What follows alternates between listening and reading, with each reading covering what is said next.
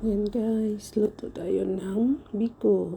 Yan, magpapano tayo ng asukal at saka gata. Yan, kuraw-kurawin natin guys. Yan yung ating sinaing na malagkit. Yan. Luto na.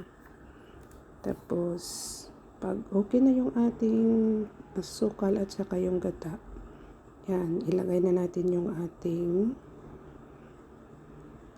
malagkit kasi okay na yung ating yan. Piso na kaayo. Yung ating gata at saka asukal. Kaya yan, ilagay na yung ating malagkit na kanin. At saka ihalo-halo na natin. Yan.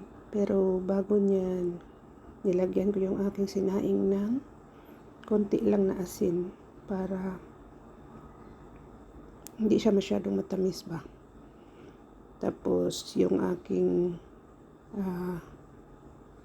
asukal, nilagyan ko din ng lemon juice para merong asim at saka pait. Hindi siya para mag-balance siya guys. Kaya ayan oh, malapit nang maluto guys ang ating biko. Yan, ang sarap na. Kasi hindi na siya dumidikit guys. Pag hindi na dumidikit yan sa ating kawali, that means na luto na siya. Ready to eat na. Thank you for watching guys. I love you all.